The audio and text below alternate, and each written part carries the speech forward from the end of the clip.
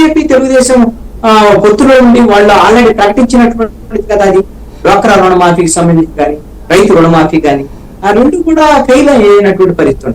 ఇప్పుడు మళ్ళీ దాన్నే హామీ ఇస్తే జనం ఎలా నమ్ముతారు? అసలు మొత్తాన్ని నమ్మకాలు పోయేదానికి ప్రమాదం. అందుకనే పవన్ కళ్యాణ్ ద్వారాగా ఆ విధమైనటువంటి హామీ ఇప్పించడానికి మరి చంద్రబాబు నాయుడు ప్రయత్నం చేస్తున్నాడు అని నేను అనుకుంటున్నాను. అసలు వాళ్ళిద్దరికే ఒక ఉమ్మడి మేనిఫెస్టో రానటువంటి పరిస్థితి ఉన్నటువంటి పరిస్థితిలో బీజేపీ వచ్చి అసలు బీజేపీ కన్నా అసలు తెలుగుదేశం ఇచ్చినటువంటి మేనిఫెస్టో పూర్తి కాంట్రడిక్టరీ అయింది. వాళ్ళ ఆలోచనలు సిద్ధాంతానికి ఇది పూర్తి విరుద్ధమైనటువంటి మేనిఫెస్టో. అసలు వీళ్ళు మరి పొద్దున బీజేపీని ఇంకా మిగతా రాష్ట్రాల్లో క్వశ్చన్ చేస్తారు.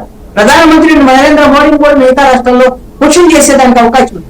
మీరు అక్కడైతే పొత్తు పెట్టుకున్నారో ఆంధ్రప్రదేశ్ లో అక్కడ ఈ విధమైనటువంటి ఉచిత పథకాలు లేదా సంక్షేమ పథకాలు వీటికి ప్రాధాన్యత వీటికి మీరు అంగీకరించారు కదా, మీరు ఇక్కడ మరి మిగతా రాష్ట్రాల్లో వచ్చి అవన్నీ కుదరదు అని ఎట్లా చెప్తారు అనేటువంటి క్వశ్చన్ చేస్తే ఇది ఐడియాలజికల్ డిఫరెన్సెస్ ఉన్నటువంటి ఇష్యూ కింద మారిపోతాం. అందుకోసమనే వీళ్ళు మేనిఫెస్టో విషయంలో అసలు ఒక కంక్లూజన్ కి రాలేకపోయారు అనేటువంటిది మూడు పార్టీలు అనేటువంటిది ఇది పెద్ద అవరోధమైనటువంటి అంశంగా కూడా ఉంది ఈ మూడు పార్టీలకు సంబంధించి.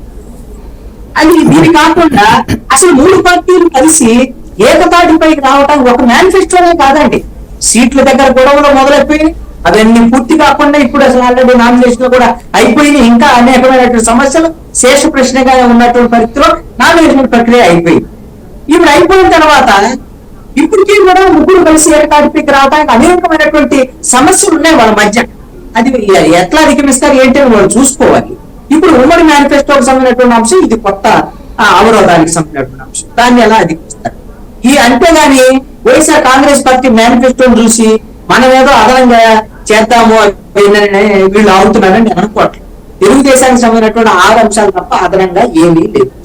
జనసేన చెప్పినటువంటి 5 అంశాలకు ఇంకా 1, 2 చేరుస్తారు. అవన్నీ బయటకు వచ్చినటువంటి అంశాలు.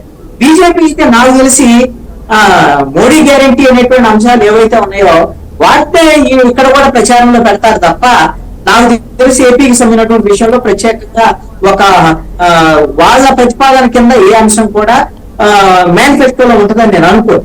వాళ్ళు మాత్రం వాళ్ళ ప్రాధాన్యమైనటువంటి అంశంగా ముస్లిం రిజర్వేషన్లు అనేటువంటి దాన్ని మేము అంగీకరించడం అనేటువంటి ఖరాఖండిగా